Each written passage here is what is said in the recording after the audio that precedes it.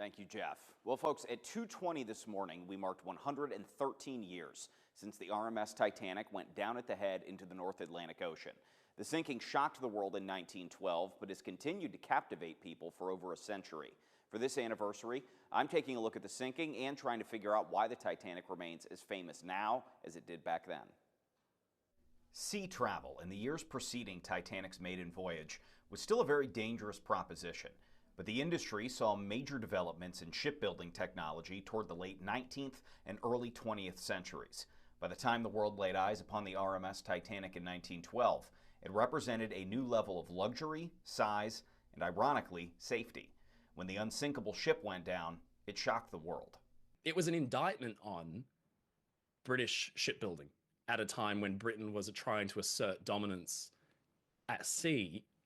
Even though this is a commercial passenger carrying venture, Britain's also locked in a really what will become a deadly arms race with Germany to create the biggest and the best dreadnought battleships and battle cruisers. And so it is tied very intrinsically with national pride.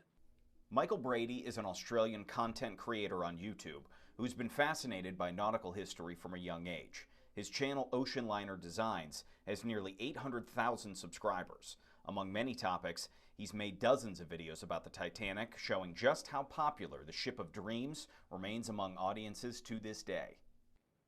It's interesting that it completely transcends culture. I mean, people in all over the world, from India to China to Australia to New Zealand to America, can all relate to the same story. So it clearly touches something that's innately human, that we all find compelling. We've learned a lot about what led up to the sinking over the years. For instance, the bizarre weather conditions. A perfectly calm ocean and a pitch black night made icebergs almost impossible to see. The ship's highly publicized watertight compartment system, allowing the ship to stay afloat if 3 to 4 compartments were filled with water, only for it to just barely sideswipe an iceberg and flood 5 to 6. It's this kind of damage that hadn't been imagined to be a thing, to be possible. And it's exactly the fault in the system, because by opening up just a slight hole that runs a long way down the hull, you've now got 5 or 6 compartments flooding. Of course, the ship's designed to stay afloat with 3 or 4, depending on where. So it completely overwhelmed the system. It just wasn't designed for that. And so the ship sank. So knowing what we know now, what should Captain Edward Smith have done?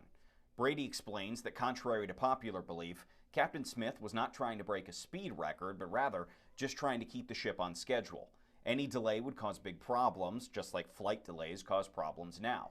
Brady believes putting more lookouts lower to the deck in the exact same spot that Leonardo DiCaprio declared himself king of the world may have saved the ship. That's part of the ship called the prow, and that getting lower to the horizon and having men positioned up there keeping watch from that point would probably have spotted the iceberg sooner, because the berg was essentially obscured by the darkness and obscured by the horizon, because it was such a dark, clear night. The iceberg wasn't really seen. It was more that the crew, who were the lookouts, spotted a lack of stars on the horizon. So getting more eyes forward and getting them lower down would probably have spotted the berg seconds earlier. Even seconds earlier would have made all the difference, because they almost made it. They almost cleared the berg by steering. They just grazed it, and even 2, 3, 4 seconds could have made all the difference. These days, passengers don't face the same kind of threats crossing oceans. Thanks to the Titanic sinking, the International Ice Patrol was established, and that tracks iceberg locations. Ships also now rely heavily on radar to detect threats. These developments didn't come in time to save the approximately 1,500 lives that perished April 15, 1912. But the legacy of those individuals continues to live on to this day. I want to thank Michael Brady for taking the time to speak with me about the Titanic. I'll be posting our entire 45-minute conversation online, where we get a lot more in-depth on the Titanic, its passengers, and much more.